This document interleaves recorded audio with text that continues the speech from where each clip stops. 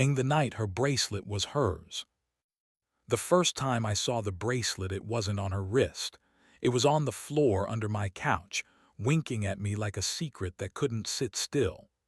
Gold links, a slim clasp, a charm shaped like a small key. It didn't belong to me, and it didn't belong to the woman I was sleeping with. I know because she didn't wear jewelry, said the sound of it made her feel like she was walking around with bells on. That's how the night started, with a key where no lock was supposed to be, and the feeling that my life had been gently broken into. My name is Alex. I shoot architectural renderings and actual buildings for a living, which means I spend a lot of time making things look straighter than they really are. That skill doesn't translate to people. Case in point, Lily. She was the kind of beautiful you could mistake for sincere if you were tired enough, which I was. We didn't meet cute. We met efficient, on a rooftop where the liquor sponsor ran out early and everyone started pretending to love still water. She laughed at a joke I hadn't told yet, took my card without promising anything, and let me find out later that she was married.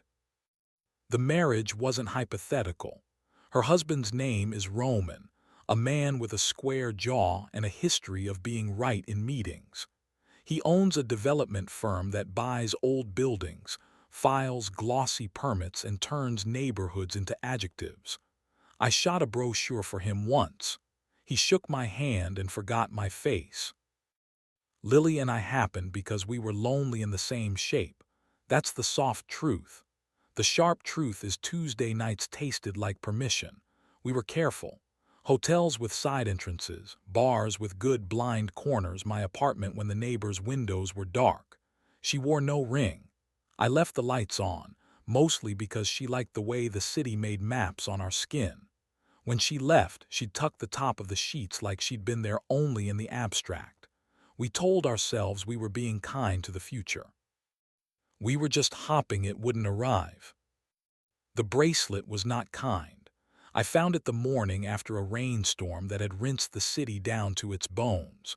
Lily had left at 3, with coffee on her breath and my shirt under her coat. I was kneeling to fish out my charger when the key charm blinked. My first thought was that it belonged to a previous life of mine, the one where I lived with Mia and we collected little objects to prove permanence. Then memory did the math. The bracelet was new. It held no dust and the clasp bore a tiny engraving, RH. Not a brand, initials. My phone lit. A message from an unknown number. We need to talk about your hallway camera. R. I didn't have a hallway camera. I had a doorbell with a dead Wi-Fi chip and a superstition that my luck would hold. I stared at the message until my coffee went cold and my pulse remembered how to be loud. I replied, "Who is this?" The dots appeared and vanished. Then, "The man whose wife left her bracelet under your couch." There are ways to deny things. This wasn't one of them. I took a shower to buy time and cleaned a kitchen that wasn't dirty. When I emerged, a second message waited. 6 p.m. Lark Hotel, room 517. Bring what's mine. The Lark wasn't a place you take people you plan to forget. It had velvet in its DNA and hallways that felt like good decisions you lied about later. I pocketed the bracelet and a small screwdriver, because sometimes tools are courage with metal parts, and biked across town through a wind that kept changing its mind about me. Room 517 opened before I knocked. Roman stood there in a black shirt, sleeves rolled, wedding band like a punctuation mark. He looked younger than he had at our shoot and more tired, the way men look when money isn't the only math they're doing. On the desk behind him sat a slim black box with cables spilling out like nerves, a phone on speaker, a glass of water he hadn't touched. "Alex," he said, like he'd been practicing it until it didn't make him angry. "Come in." I stayed by the door. He stayed by the box. We regarded each other like two people reading a mirror. "You texted me," I said. I did, he said, and you came. I held up the bracelet. He didn't reach for it. He glanced at the charm, saw the key, and let the smile that wanted to show die at the edges. It's hers, he said. Of course it is. He nodded at the chair. Sit, please. I didn't, but I stepped forward enough to put the bracelet on the desk. My hand looked like it belonged to someone more honest. I didn't know about. You did, he said, not unkindly.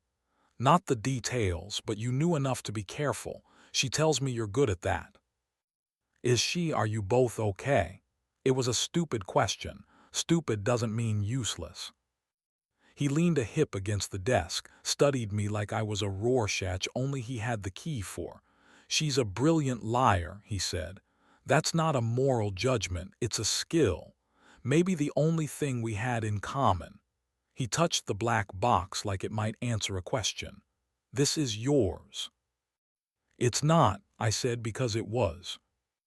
It is now, he said, and lifted the lid.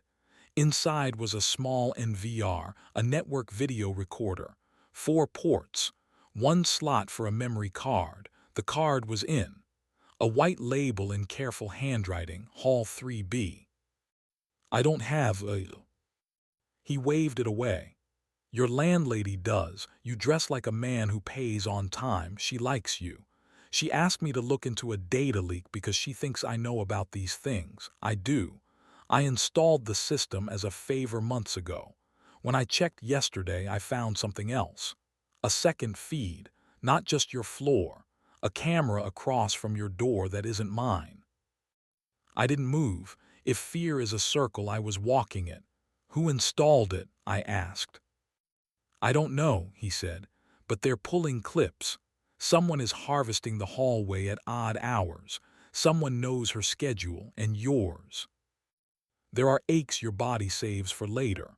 One arrived in my chest, late and precise. Why tell me? I asked. Why not deal with it?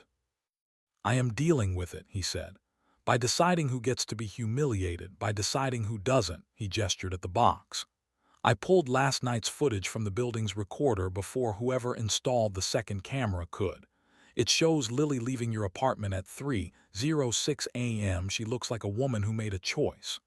At 3:11, a man in a maintenance jacket checks the fake smoke detector across from your door. He takes the SD card, he pockets it, he whistles, and he leaves. I saw him in my head. The jacket, the whistle, the ease of it, the feeling I'd been promoted to a problem.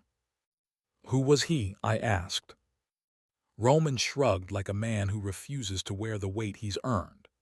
I don't know his name yet, I will, but there was a second card in the device smaller tucked under the first. Amateur arrogance. They kept a mirror record in case someone took the main. It saved the audio too. The same guy returns at 4. He meets a woman near the stairwell. Her face is turned. She knows the camera. She puts the card into a bracelet charm shaped like a key. Then she drops another bracelet under your couch. He looked at the one I'd brought. This one, a prop, to make you find it, to get you here. I apologize for the theater. My hands had gone very still, the way they do when your mind is a chorus of doors closing. You didn't need the act, I said. You had my number. I needed to see what you'd do when you thought you might be in danger, he said. I needed to know what kind of man you are before I ask you for something unkind. What do you want? I asked. I want you to give me last night, he said. I want you to hand me the version of events that belongs to you, and I want you to take the version that belongs to me. What does that mean? It means the second card is in that charm, he said, and the copy is on this recorder. You take them both. You decide whether the footage lives or dies. If it lives, you deliver it where you think it should go. If it dies, you break it and you carry that choice until it stops ringing in your ears. I don't want to hold it. If I hold it, I will use it. And if I use it, I will not be the man I'm trying to be tomorrow. The room narrowed. I stepped closer to the desk, felt the knurled edge of the charm under my finger. It wasn't a trick. The key opened. Inside was the sliver of silver and plastic that ruins or rescues lives. "Why trust me?" I asked. "I'm the thief here." "You're not," he said. "You're the man who might give me an ending that doesn't turn my wife into a weapon. Also, I have people watching the hall. If you run, they'll follow, and we'll both become stories we didn't want. This is me refusing the obvious plot."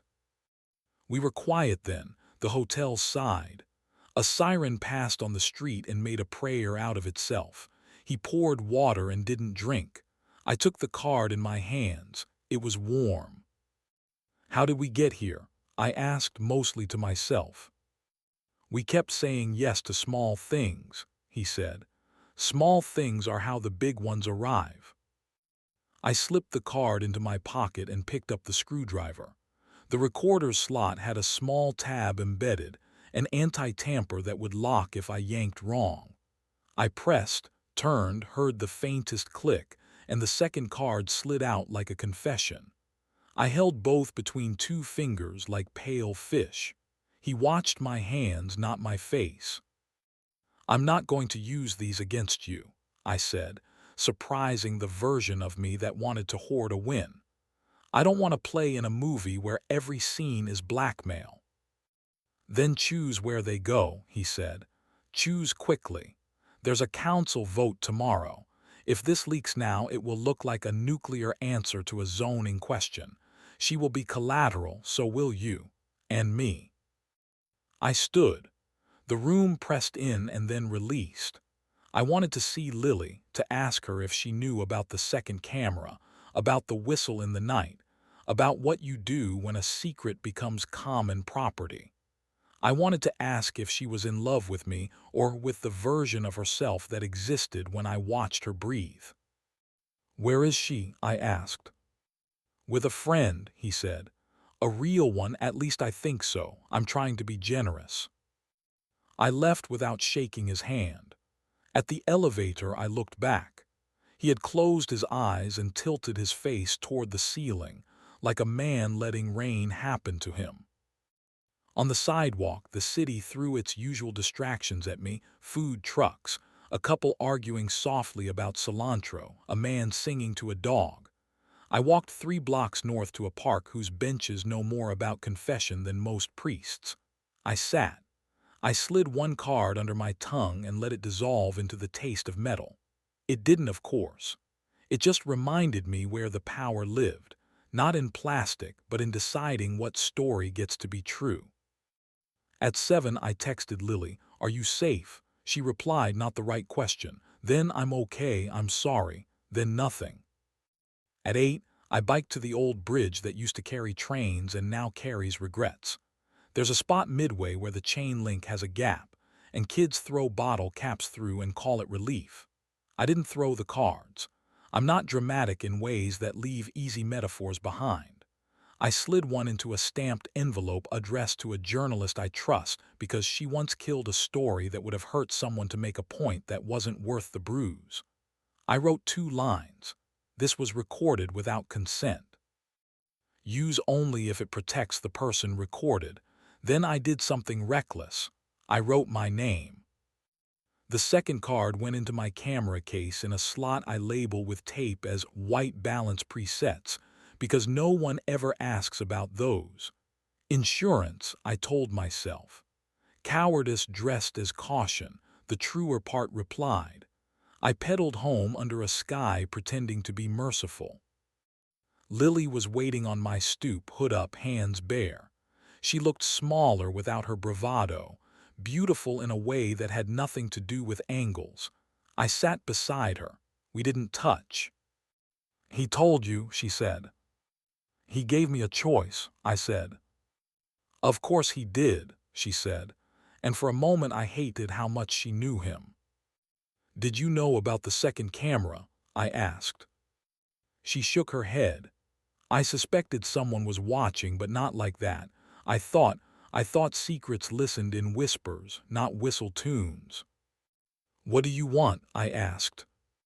"To stop living inside the worst version of me," she said. to stop making you an accessory to my hiding. Are you leaving him? I asked, because cowardice is often the list of things you don't say. She looked at me then the way the river looks at the moon, soft and honest and tragic. I'm leaving who I was with him, she said. The legal part is harder. The money part is meaner, she exhaled. If you're brave enough to stay while I become someone I might respect, I'll tell you when to run. We went upstairs. No sex, just bodies that remembered warmth. She cried once the small, efficient way a person cries when they can't afford swollen eyelids. I made tea we didn't drink. We watched the hallway through my dead doorbell. It showed nothing, which felt like a miracle. At midnight I received a single line from the journalist. Received. Will not burn the wrong person. Then a second.